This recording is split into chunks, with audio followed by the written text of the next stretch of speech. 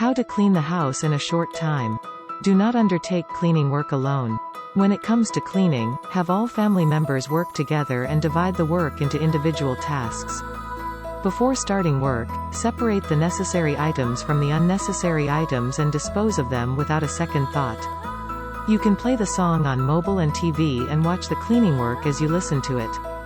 But if you pick up your phone and start checking WhatsApp and Facebook, you are not in control of how many minutes it will take you to put it down again. So avoid it. Cover them with cloths or old papers to prevent dust from falling on other objects. Otherwise they get dusty and need to be re-cleaned. After wiping the objects above like fan, window, wipe the objects below. Keep fans off while dusting. After cleaning the stove area in the kitchen, spray and soak it with the appropriate liquid to remove the oily residue. Then spray the acid, liquid in the kitchen sink and wash basins and soak. Spray and soak the intact toilet tile areas with disinfectant. Immediately after cleaning the house, clean the items used for cleaning. If any work is done immediately, there will be little work on the rest day.